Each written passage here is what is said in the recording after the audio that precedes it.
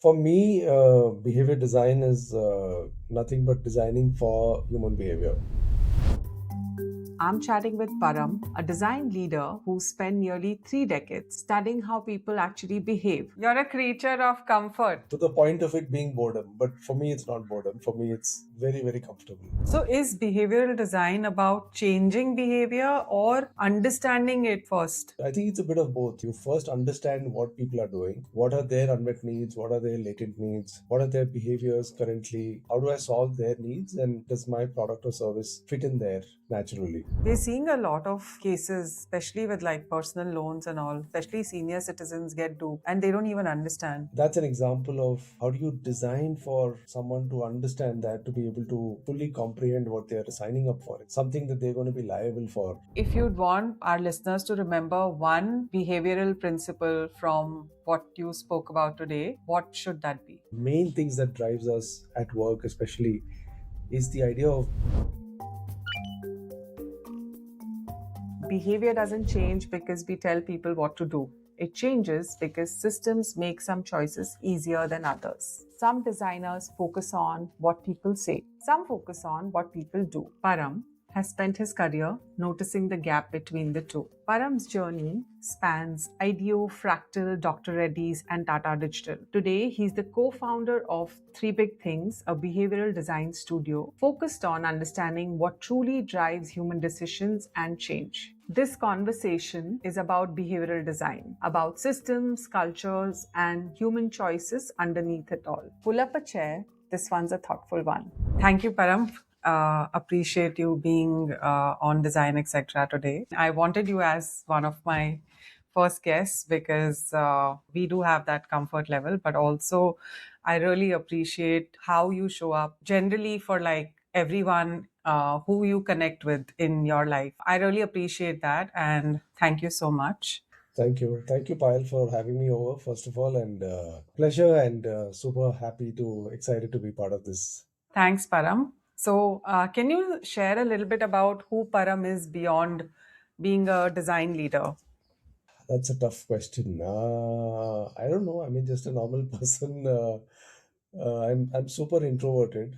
Um, I am very uncomfortable around unfamiliar people. It takes me some time to get familiar or get comfortable rather, and then I'm boring in the sense that I like to do the same things that I'm familiar with again and again. I don't experiment with food. Um, so I don't know if that's what you were looking for, but You're a that's a little creature bit of about me. comfort. So, you're a creature Creature of of comfort, comfort yes. I'm a creature of and comfort, and habit. yes, and to the point of it being boredom. But for me, it's not boredom. For me, it's very, very comfortable. So, what I'm actually hearing is rituals, almost like you have your set Yeah, routine rituals and you're very yes. comfortable with that. I sit in the same place in the same seat in my car when when my driver is driving me around, or I have the same seating at the dining table in our house. I don't like to change that. When I'm watching TV, I sit on the same side of the sofa if I can. So I'm very, very, very predictable and very boring like that. You are actually taking us towards behavior and behavior design. So, we'll No, get. unintentionally, completely unintentionally. So this is actually a good reminder to kind of, kickstart. We hear behavior design everywhere. Before we go deep into this, can you explain it in simple terms? What is behavioral design? For me, behavior design is nothing but designing for human behavior. It is about coming up with any solution, any intervention, any solution, any idea that is centered around designing for a person's behavior, for a set of people's behavior, not one person obviously, but it's as simple as that. It's just designing for behavior. It may be behavior change, or it could be just a certain behavior or intended behavior. So that's how I think about it. It's as simple as that. So is behavioral design about changing behavior or understanding it first? I think it's a bit of both. There may be some context in which you want to change behavior intentionally, right? For example, you might want people to stand in a queue in a bus stop. There you're being very intentional that you want to change the behavior in a certain way. You want people to stop smoking. That's intentional behavior change, right? In other contexts, it may not be behavior change that you're trying to do, but it could be just a goal that you have. Let's say you want to provide a better product or service to a particular customer. And so, even there, it's about how do you create that product or offer, or engage that customer in the way that you're considering their behavior and designing for that behavior. If a company wants to increase its retention, you're not trying to change behavior there. You're just trying to, I mean, the business outcome is that you want customer engagement or retention to go up. And you want to come up with a way to actually enable that retention. And to do that, the construct of behavior design would be that, okay, you first understand what people are doing. Why are they currently not engaging with your product or service as much as you would like to? What are their unmet needs? What are their latent needs? What are their behaviors currently? What do they, how are they thinking about the decision? What is their mental model about it?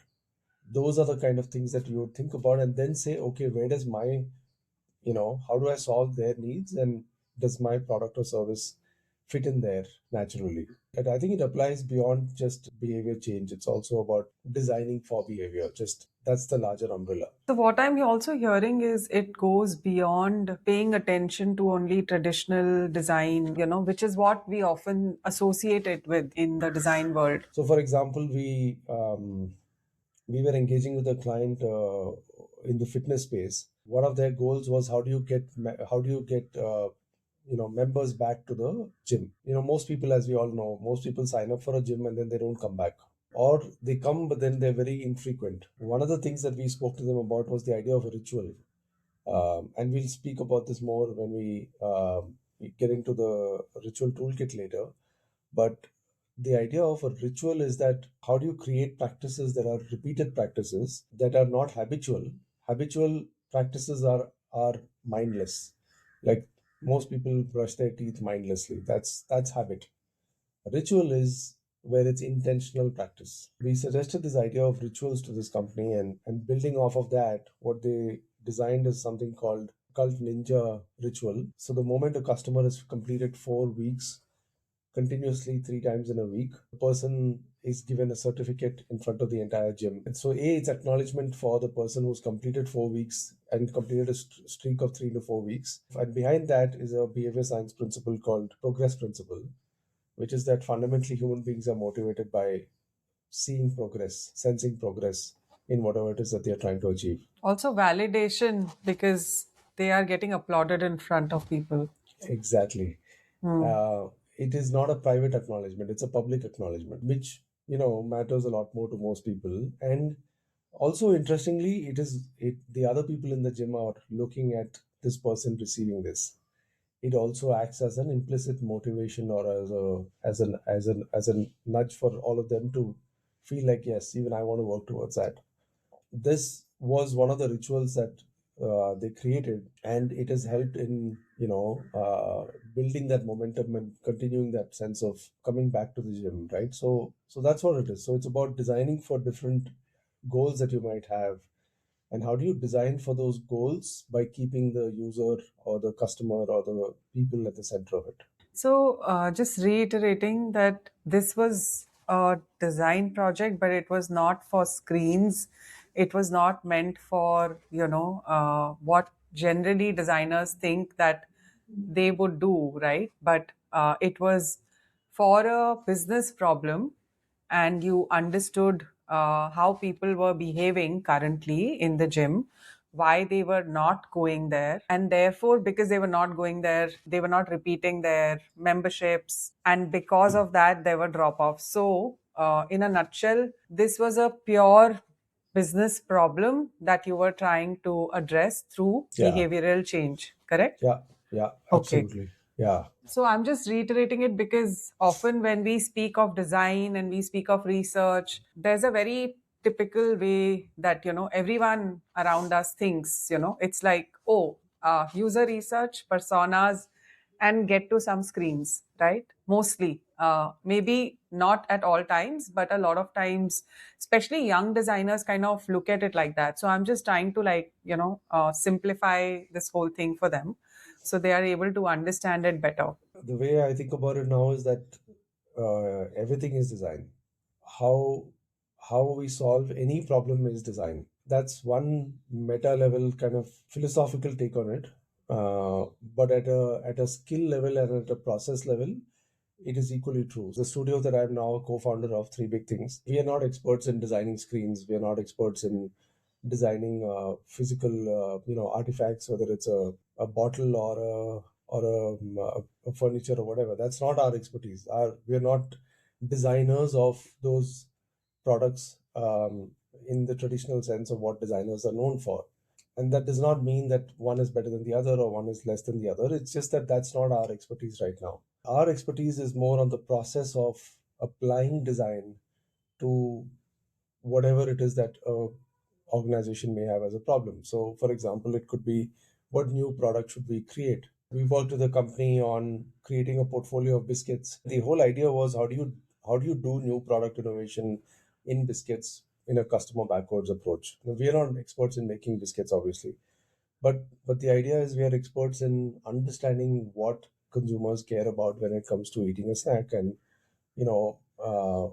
understanding why people would have a snack or a biscuit at any point of time, and therefore what would be the ideal biscuit to make for them is something that we then worked with the relevant specialists in that skill. And you know so we are experts in that consumer backwards way of thinking, problem solving. I think if I had to put it that way, that's the simplest I would say. Right now, that can be applied to biscuit design. I mean, conceptualizing biscuits. It can be applied to projects that are to do with employee, organizational culture. Why do leadership teams, not work together very well? Why are there collaboration issues? Why are there alignment issues? How can we make sure that the values, the core values of the company, are translated in the company and are being lived on the ground and not just sitting in a book, in a handbook? When people join the company and they get an employee handbook, that's usually where core values live in most companies, unfortunately. How do you translate core values into reality? Now, that's an example of designing for behavior. So the application of designing for behavior has many, many, many areas, many, anything. I mean, you can take up anything and say that we can design for behavior here. So for me, that's what design for behavior is, or behavior design is. And for me, that is design also. I mean, to my mind, it's not very different. But yeah, these terminologies have come over time and have evolved, and it's about how you look at it philosophically, but also how you look at it at a process and skill level. There are things that we need to do in the design process, which will help us think about behavior in an intentional way. For example, we were doing this project on cancer care, and we were trying to look at the entire journey of cancer patients and caregivers and what they go through in the process of treatment. And one of the questions that kept coming up was, in the beginning, was that doctors were telling us that when a patient gets diagnosed, I mean, it's shocking. First of all, most people are not prepared to be told that they have something as serious as cancer, and so it's a big shock. That's not surprising to understand, right? But the interesting thing is that most of those patients and families, they don't take the decision to start the treatment immediately. They take time. So the doctor's complaint was, why do they not start the treatment immediately? Why are they going for a second opinion, third opinion, fourth opinion? They go and repeat the same tests in many other places. They start looking at alternative treatments, and in India particularly, you can imagine, it's people try Ayurveda and homeopathy and whole lot of other stuff. Not that that's whatever wrong or bad. I'm just saying that in the regular treatment process, they decide to delay it. They decide to actually do all of these other things, and then many months later, the patient comes back, is what the doctor told us. Now, what's the behavior unpacking that we had to do in this? What we found out, and this is again, like I said, there are different methods to unpack and unravel all of this. One of the things that we do in many of our projects is we look at understanding whatever scientific evidence or scientific insights are available on a particular topic. So we looked at the idea of disease or serious illnesses like these, like cancer. We looked at people, how they react to different situations when there is a shocking piece of information. And we were looking at all the scientific evidence around that. And one of the things that we learned in that was when people are given a shocking news about their medical state of mind or state of well-being, the brain is kind of going into a freeze mode. Especially in cancer, what happens is when the options are given to you in such a way that you have to go into chemotherapy, or you have to go in for a surgery, or something equally scary, right? None of these options are very optimal or ideal for them, right? Because when you go down chemotherapy, you are afraid about the side effects. When you go down into surgery, you don't know what the chances of that surgery is going to be in terms of success. Doctors tell you that we don't know ourselves, right? So in the patient's brain, literally, there is a freeze moment, and that's why they're not able to take any decision. That's why the brain is almost protecting them from taking any decision, because it's behaving in a very primal way, saying, you need to survive this, and the way to survive it is to not take a decision. That was the insight for us, that the reason why people are taking a second, third, and a fourth opinion is because it's literally a neurological reaction to the shocking news. And this has been evidenced in a lot of behavior science papers that we found. Now, the way to deal with that is interesting, right? Now, how do you get the brain, therefore, to come out of that freeze? And one of the ways that we found was by patients talking to other survivors. That's one of the ways in which people actually feel reassured. I can see what the other side of this journey might look like. They start getting that sense of reassurance that I'm going to be okay. And so as part of that project, we had to uncover a lot of these things and connect the dots. And so, yeah, that's how this happens. This is a very intense case, Param, but I also heard that you're still referring to like scientific papers and you're doing research in a very different way. Like, even in today's world, when everyone's kind of heavily relying on AI and also becoming scared of AI at the same time, how are you dealing with this? I mean, especially when it comes to doing a lot of background research on a particular topic, whether it's through behavior science, through neuroscience, whether it's through any other kind of scientific evidence that we're looking for. In fact, AI is only going to help us now. Of course, the caveat is that you have to make sure that you're getting to the right original sources of truth. You want to make sure that the AI is not hallucinating. So now it's become easier to do that kind of research. Earlier, we would have to go and look at tens of 20s of different websites or academic journals and find that research and read all of it. Now we can actually skim initially. We can actually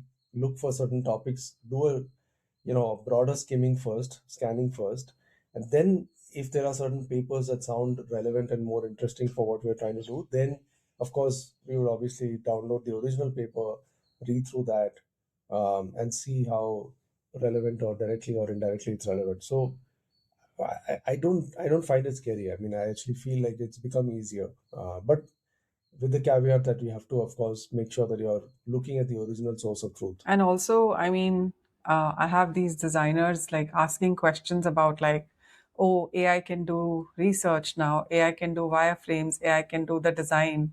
So, what am I going to be doing? So I think this is interesting that what they often misunderstanding is that it's them who's bringing the context, it's them who's, sharpening the insights or actually deriving the insights from the research. AI is not giving you those. I can talk about a couple of examples where AI is not sufficient. And I'm using my words very carefully here. I'm saying AI is not sufficient. I'm not saying don't use AI. I'm not saying AI is not good enough. In many cases, AI is actually good enough. I mean, it does what you need it to do at that point of time. But it's not, it's in many cases or in still decent number of situations, be it from the context of innovation or when you talk about problem solving, using a behavior design approach. I mean, there are many other things that AI can't do still. For example, we had a client recently that we were working with where actually not just one, we've seen this happen many times. Clients have already done a body of research, especially what they think is primary research, which means that they have done a lot of online calls with their customers. And again, that's one kind of primary research. I'm not saying that's not primary research, but that's one kind of primary research. again, it's not a tick in the box, right? It's about the nuance of that. Now, how did you do that primary research with those customers online? Now, there are two biases there. One is that you've spoken to only customers of your current product, which or your current business. So that's bias number one. Bias number two is you've only been engaging with them online. You've not gone to their context and see how they actually use the product. You're asking them, have you bought the product? And tell me how was your experience of it. Tell me what did you feel about it? How was the buying experience? What are the challenges?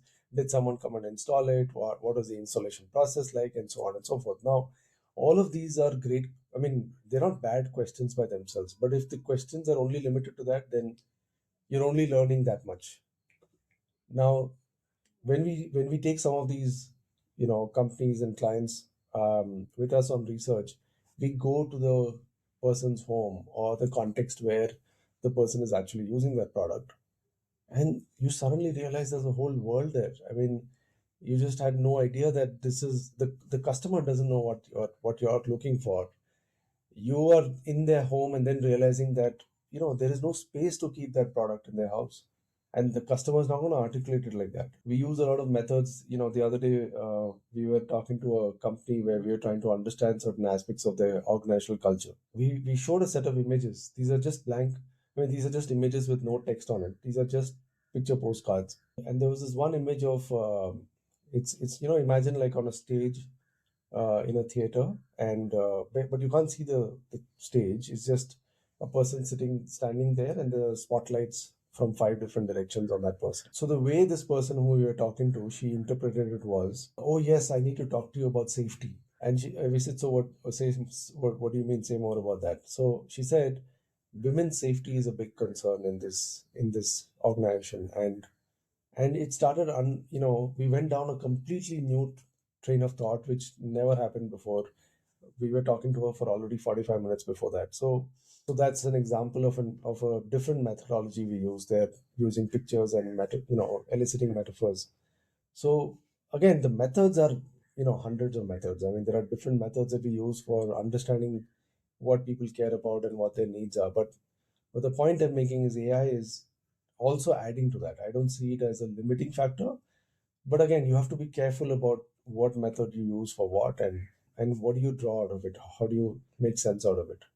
So, in the examples that you shared, it comes out very clearly that behavioral design is not restricted to tech or big platforms or products. It goes into understanding how cancer patients would feel, creating a program for them, perhaps a gym membership, renewing gym membership, and innovating a new biscuit.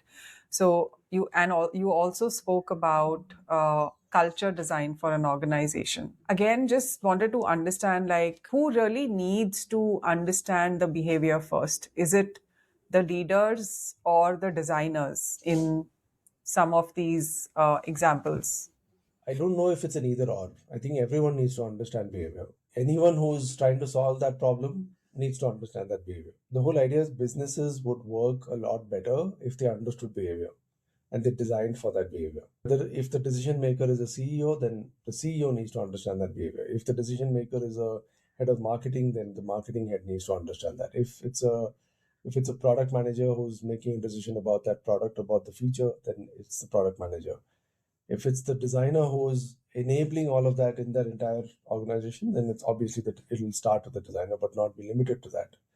So at a philosophical level, I would say everybody needs to. It's like everybody needs to learn AI now. I think everybody should be designing for behavior at some level. But having said that, it is a specialization. It is a specialist skill. It cannot be done by everybody. Um, while everyone should have the literacy for it, should be literate enough at a minimum level about the need for designing for behavior. But it is a specialist skill. Not everyone has the ability to do it, or I mean, everyone can learn it. That's something I believe, but everyone is not equipped for it at the moment. You were saying that while everyone needs to have literacy around what behavioral design is, and maybe some of them would even know how to apply it. But should this be a separate role in organizations, or should it sit inside something? Should it sit inside, or should it be embedded into a capability? What's your opinion on that? I think I have a practical answer to that question. I think that depends on the maturity of the organization. And I'll give you an analogy, right? If you take a startup that has just begun its business, let's say 6 months back or 1 year back, a company that is at that stage of what I would call survival does not have the ability to hire specialists for different skills. For example, they may not even have a marketing head, they may not even have a sales head, they may not have an HR head. Forget HR head or forget marketing head. They may not even have a marketing person dedicated for that at that time for that first 6 months or 1 year. The founders may be rolling, maybe doing multiple of those jobs. They may be interns who are doing some of that. They may be professionals with 15 years experience who have a background in R&D but are also doubling up as marketing or vice versa. So I mean, I think it all depends on how mature that organization is. When I say mature, I mean not intellectually, I mean business wise mature, how stable they are. And, as they become more mature, as they become more stable, you would need specialized skills for all the different functions, right? Whether it's R&D, marketing, sales, HR, legal, all of that happens with time, with maturity. So for me, behavior design skills would also sit in that. As the organization becomes more mature, then yes, they would definitely need to have a person who has that specialized expertise. Like for example, there are companies where they've been running the company for 10 years and they still don't have an HR head. Now, to me, that's an example of a not so progressive approach. There are founders or there are businesses that believe that they don't need an HR head or a marketing head, and they survive and they make money. I mean, it's not that they don't, but the question is how are you doing that? So there is an attitudinal aspect also to it, not just the business maturity. If we were to look at it from the designer's point of view, like, would you know of any roles or titles that they can look at to explore these roles within organizations that would have these roles? I think 15-20 years back when I started learning a lot of these things, there were no jobs that existed in this stream of work, but now we do. There are different terminologies companies use. Unfortunately, there's no standard terminology. And also the terminologies mean different things in different organizations. So what I'm going to say, take it with a pinch of salt. But the terminologies that you'll hear are, for example, user researcher, design researcher, behavior scientist, behavior science associate, or whatever version of that. You'll have behavior designer. You'll have a design strategist. Um, you'll have researcher, of course, just consumer insights researcher. A variety of different terminologies exist out there, depending on who you talk to, depending on which organization, and also depending on how they define the role within that organization. So, yeah, I mean, it depends from company to company. But 15-20 years back, this even these terminologies barely existed or existed in a very, very, very small set of companies. And now they are a lot more mainstream. So I also understand that this stream is kind of picking up, and while earlier there weren't so many roles, now there are roles. So this would also mean that there's more interest in companies also to create these roles, because definitely they're like benefiting from the work that behavior science or behavioral research is bringing to them. Why do you think there is a need for it right now? I think in the last 10, 20, 30 years, gradually what has started happening, and sometimes in a very accelerated way also in the last 3 years, you know, the ability to make any product or service or business is becoming easier and easier. I mean, initially it was with the internet. When the internet first came in the world in the mid 90s, it suddenly became easy for people to use a certain kind of technology, and it suddenly just drove a different way of interacting with consumers all over the world, or a much larger platforms than existed before, where earlier you would just have a retail shop, and depending on how many shops, how many shops you could have, that many number of customers you could attract. But now the internet suddenly opened it up. So similarly, I think with every technological advancement, whether it was a smartphone, whether it was, all of those kind of things that have happened, and then now AI, it's only becoming easier for any of us to make any product or service, or start a new business, or continue an existing business and transform it.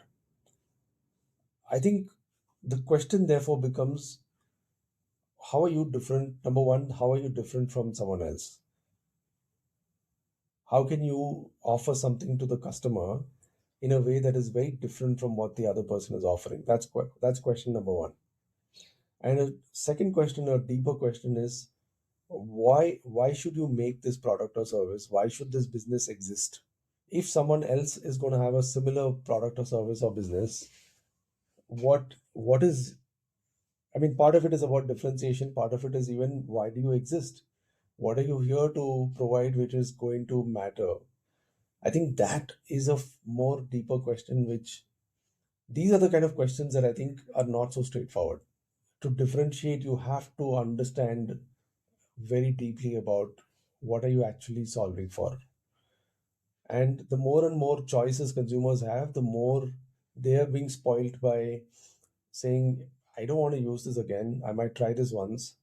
And if I have to keep coming back and using a product or a business or a brand, then you really need to engage them at a deeper level. So I think it all boils down to that, which is that the fields like behavior design, or any of these fields that are allied to this, are becoming more, I think, are becoming, are going to become even more important, because we can create any new product, any new service. The question is, what should we create? You answered partially my next question, which was going to be, if someone's listening wants to apply the behavioral thinking, like they want to start applying it tomorrow, right? Where should they start, and what questions should the team ask before jumping into the solutions? Because we understand that it's important to ask the right questions. So, what are some of those questions they should ask? Look, I think there are different levels at which you can practice this. I think of it as, again, I'll give an analogy, which is that you can use AI at a very basic level, you can use AI at a very advanced level, depending on how deep you want to go and how technical you want to get, or how much of a specialization you want to have in that particular application. So, for example, if I want to make a small movie with AI, I can, just go to Chat GPT now and ask for give a prompt, and it'll make some movie. But if I wanted to just do it like as a hobby project, I can just spend a few hours on it and I'll get something which is like fairly okay. And that works for my context, because you know what, I want that video because I want to send it to all my friends for inviting them to a party or whatever. It works. So there are a few books I mean, again, so there are different practitioners out there, right? So there are books which are very, very science heavy, which is people like Daniel Kahneman, Richard Taylor. These are very science heavy kind of books. May not work for everyone. There are Thinking more fast, thinking fast, Thinking thinking Fast, slow. Thinking Slow. That's written by Daniel Kahneman, and that's a very heavy book. It's intense. Not everyone has the appetite for it. Then you have more regular. I think there are books which are reasonably. There are somewhere closer to business management kind of reading. There's Predictably Rational. There's Persuasion, written by Robert Cialdini. Um, there's uh, there's this other book that came out, I think, a year or two back, or 2 years ago, that was called something about what? Something to do with why your mom is not going to buy your product or something like that. It's a very funny, quirky title with mom in it, and it talks about some of these elements. I won't say it's a deep behavior design book, but it talks about the idea of designing for your customer. So there are different variety of books in that in the space, and there are more practitioner, intense books. There's a one of my favorite people, Jan Chipchase. He's written a bunch of books. He's one of my favorite sort of design ethnographers, and he's done a huge body of work in this space. So the books that he writes are very deep, very practitioner heavy. He writes mostly for the practitioners. So um, there's one thick fat book of his called the Field Study Handbook. It's almost like a reference book. It's not meant to be like a book in that sense. So yeah, I mean there are different kinds of books and different resources out there. You can do an online course by different people out there. Rory Sutherland is very popular.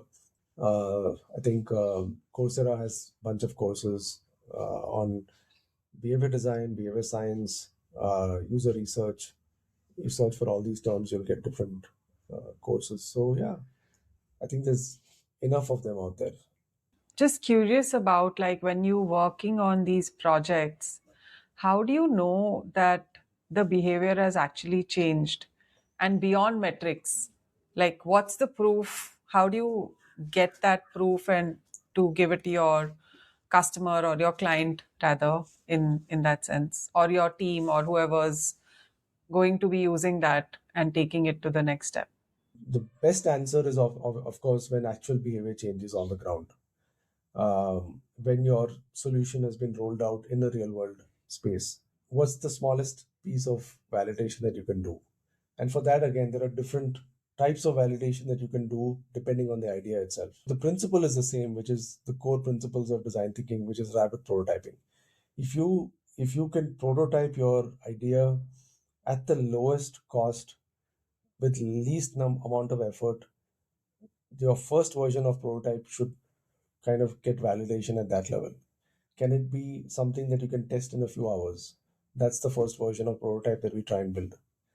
Then the second version, based on the learnings from that, will be a next level of fidelity, which is going to take maybe a few days of work.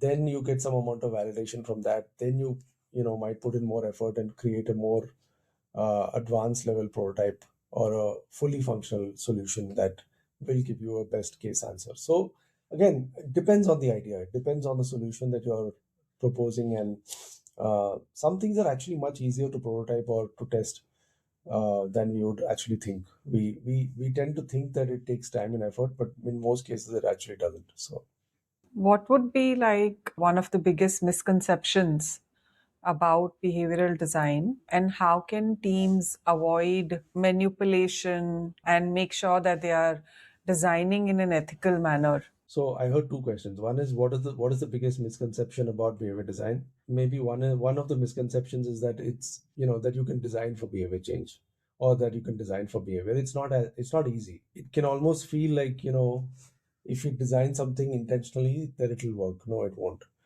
There is no guarantee it will. Um, I think the point is if you go through a structured and a methodical process, you're increasing your chances of success. You're increasing your chances that the behavior that you're intending will happen. So I think that's the one misconception that I would talk about if I had to kind of reflect uh, on this. The second one, which you asked about, how do we make sure that it's not manipulation? I think that is a very important question. And for someone like me, for me, it's obvious that of course, it's not manipulation, but I think it's an important moral compass that we need to have, which says that we're not here to induce a certain kind of a change in behavior because we want to get we want to do something dubious, or we want to use dark patterns, or we want to manipulate people into doing something that they don't want to do, right? So for example, can we provide choice? Can we provide can we be transparent with people? Can we give them a lot more clarity about what they're deciding when they're deciding? Can we give them an opt out? And can we make that opt out easier so it's visible to them? Exactly, Yeah. exactly. Like recently, I was looking at there was this fintech app that I was using. It gave me a notification saying you have 200,000 points or whatever, something, some cash points. And I clicked on that, just curious to see what that was. My understanding of it was that these are loyalty points that I've accrued, and I can, redeem it for whatever, typically products that they sell on their store. But it turns out it led me to a screen where it gave me something saying you are eligible for this 200,000 or 20,000, whatever, something number, rupees. And there's just one button that says go ahead or whatever, and then there's one small text which says learn more, which you can almost miss, right? And if I clicked on when I clicked and understood what was happening, it was actually a personal loan. And I mean, that's just unethical. I mean, it's just bad. It's just not on.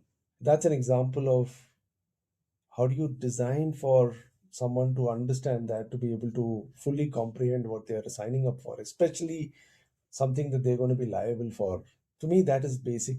That is ethics. That is basic intentionality. It's about what are you actually trying to do, and are you playing the long game, right? Are you just trying to get that KPI that you want to meet right now, or are you in the long game of getting customers who will actually stay with you and who are not just buying something from you today and then you forget about them and they forget about you? So I think it's a little bit of all of these things. So yeah. Yeah, we're seeing a lot of these cases, especially with like personal loans and all, like lots of them. Especially senior citizens get duped and they don't even understand. I mean, I almost clicked on it. I mean, I assume I'm one of the more aware or educated or whatever privileged people. So God knows how others might. They may not have that level of understanding. So So before we wrap up on design, etc., on every episode, we're going to request the guests to leave something that our listeners can apply to their everyday work. It could be a simple framework or a lens you personally use when thinking about behavior.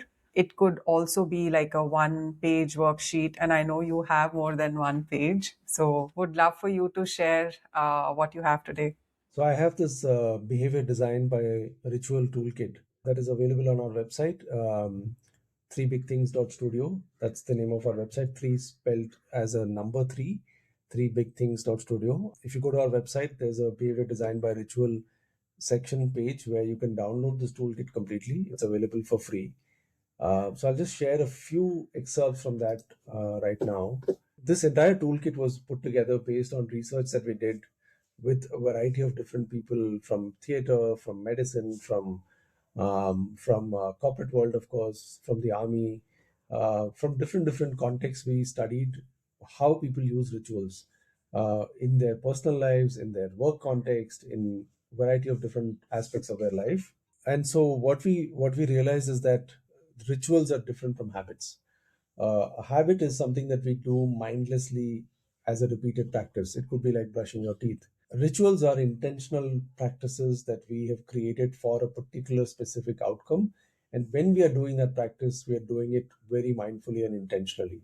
And therefore, it turns out that some habits can become a ritual if we decide to provide an intentionality to that habit. And the reverse can happen too, which is that what may have been a ritual for some time can transition into a habit if we choose so, if we decide to make it a mindless activity. The toolkit itself has a variety of examples. One of my favorite ones is that in the Indian Army, every commanding unit, and that unit is basically like a team, like an organization, a mini organization within that within the army. So that commanding unit has a commanding officer, and if the unit has, let's say, 300 soldiers or 50 or 800, doesn't matter, but the commanding officer of that unit will meet every person, every soldier in that team who goes on leave. Before they go on leave, they meet the commanding officer once, and when they come back from leave, they meet the person again. The CO meets them when they come back as well. So this ritual, the way it's done is it's done very intentionally. It's a very it's taken very seriously by the commanding officer as well as the soldier. They're supposed to come to the meeting in their best clothes, groomed completely and looking tip top. That's one of the unsaid rules about this ritual.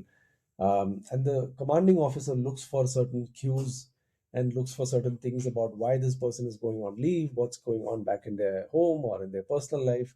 And they come to know about smallest of things. For example, the soldier might be having a village, might be having a fight in their village with somebody in their village because of some land dispute, and that's what this person is going back and thinking about and trying to resolve. So then the commanding officer can actually step in and make a call to the local sarpanch there or the police there and say, hey, can you help this guy out and try and sort this out?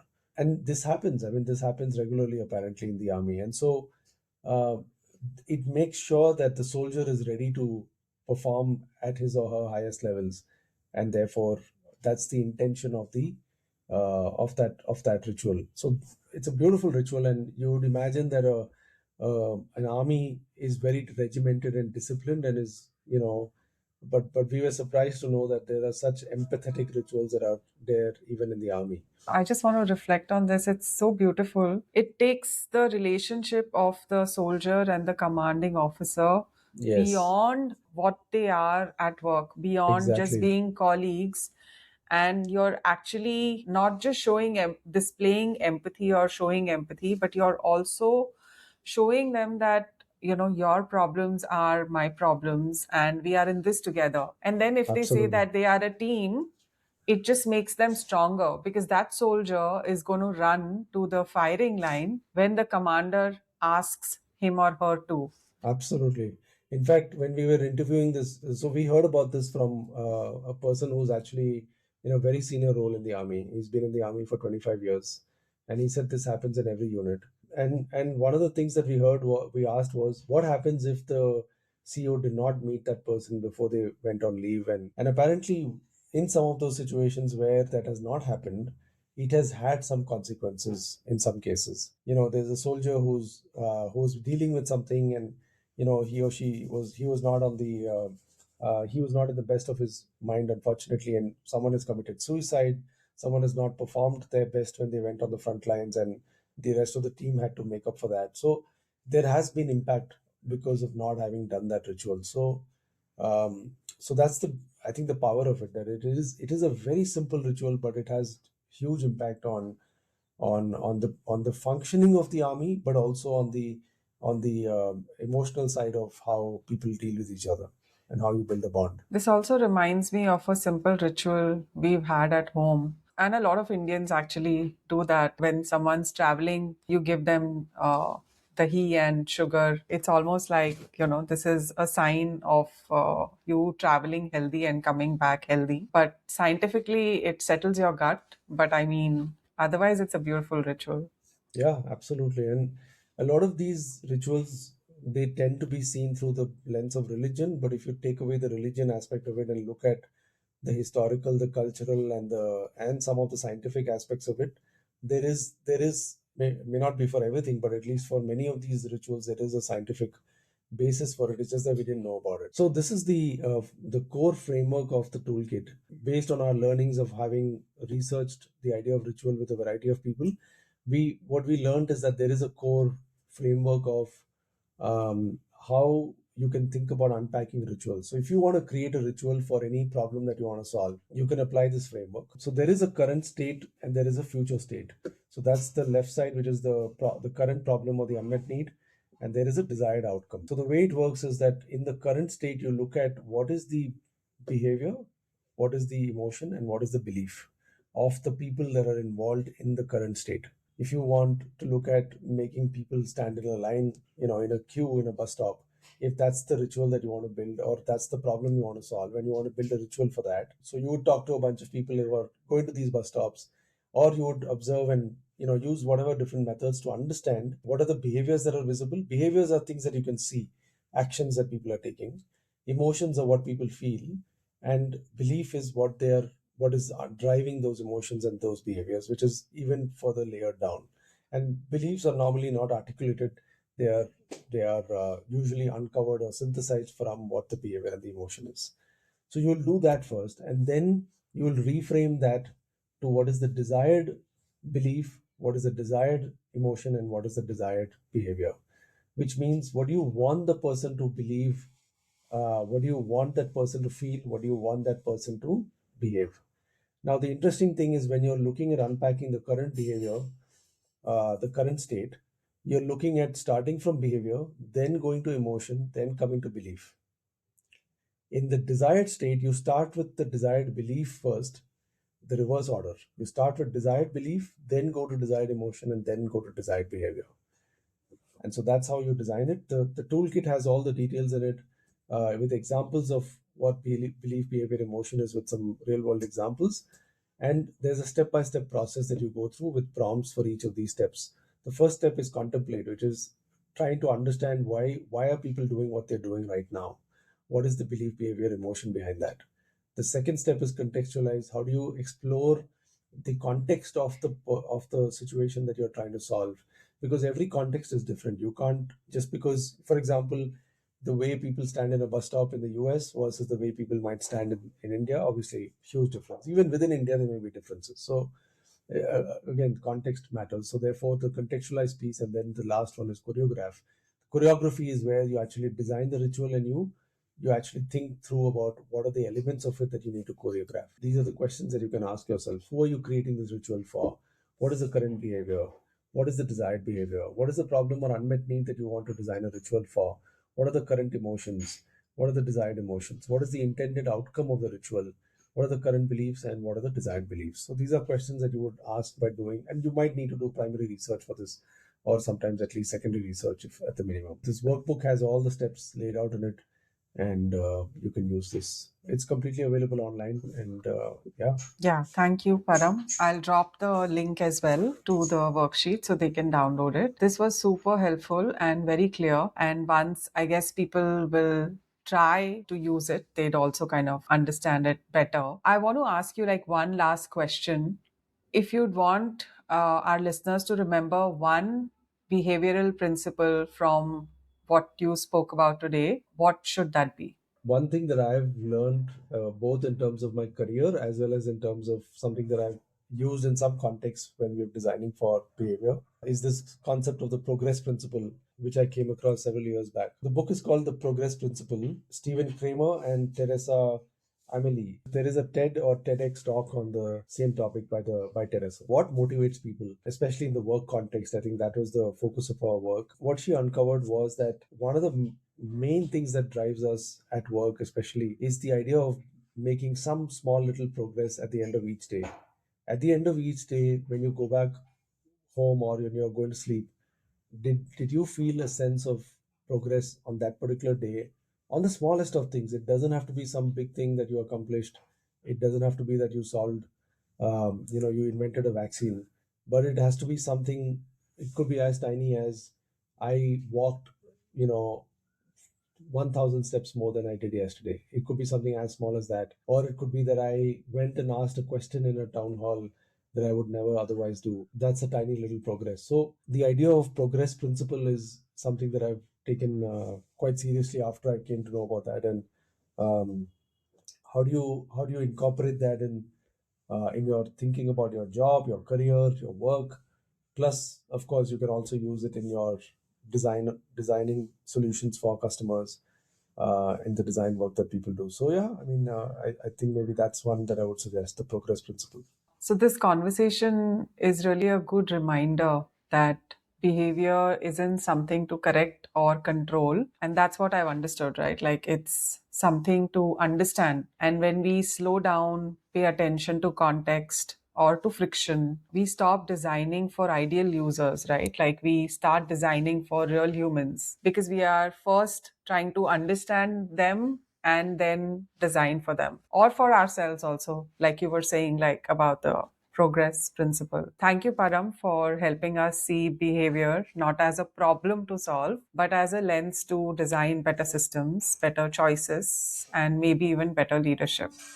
Thank you for having me here. It's been great fun. Yes. Thank you so much.